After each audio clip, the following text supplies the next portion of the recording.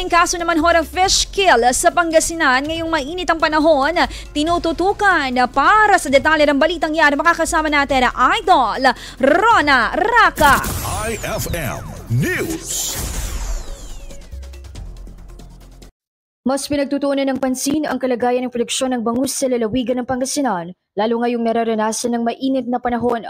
Hindi inaalis ang posibilidad na maaaring magkaroon o makapagtala ng kaso ng gataw o fish kill sa lalawigan kung magpapatuloy pa ang mas mainit na panahon sa mga susunod na araw.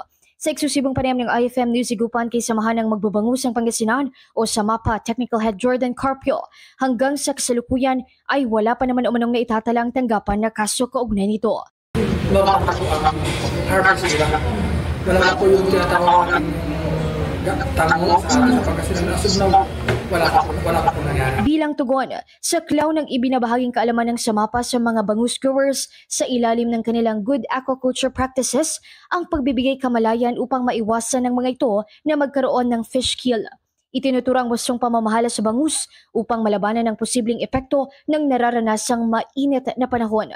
Samantala, nasa 160 pesos ang kada kilo ng bangus sa mga pampublikong pamilihan, depende sa laking bibilihin. Mula rito sa IFM Higupan, ito si Idol Rona Raka, Tatak IFM. IFM News. IFM News. IFM News.